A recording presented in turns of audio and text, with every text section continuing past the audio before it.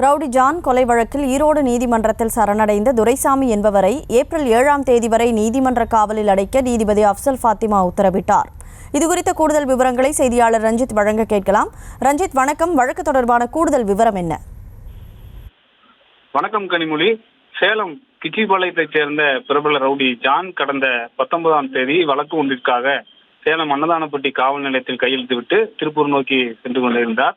அப்போது அவரை பின்தொடர்ந்து வந்த மற்றொரு கும்பல் சேலம் கோவை தேசிய நெடுஞ்சாலை நசினூர் அருகே ரவுடி ஜானை வெட்டி கொலை செய்திருந்தனர். இந்த கொலை வழக்கு தொடர்பாக காவல்துறையினர் சதீஷ், சரவணன், பூபாலன் என்ற 3 நபர்களை 1 மணி நேரத்தில் சுட்டு பிடித்தும், அதே போன்று கார்த்திகேயன் என்ற நபரையும் உள்ளிட்ட 6 பேரை கைது செய்திருந்தனர். மேலும் இந்த வழக்கில் தொடர்புடைய சலீம், ஜீவகன் என்ற மற்றும் கோகுல சுகனேஸ்வரன் ஆகிய 3 பேர் நேற்றைய தினம் வரை ஈரோடு நீதிமன்றத்தில் சரணடைந்திருந்தனர். இந்த வழக்கில் இதுவரை 9 பேர் கைது செய்யப்பட்டும் 3 பேர் இதுவரை நீதிமன்றத்திலும் சரணடைந்திருக்கிறார்கள். இதனிடையே இந்த ரவுடி ஜானுடைய கொலை வழக்கு தொடர்பாக சேலம் கிச்சிபாளையம் குகை பகுதியைச் சேர்ந்த துரைசாமி என்கிற மொன்னையன் என்பவர் ஈரோடு ஒருங்கிணைந்த நீதிமன்ற குற்றவியல் நடுவர் நீதிமன்றத்தில் இன்று சரணடைந்திருக்கிறார்.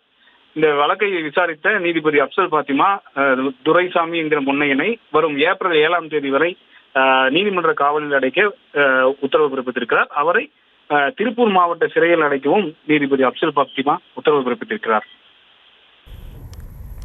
விவரங்களுக்கு நன்றி ரஞ்சித்.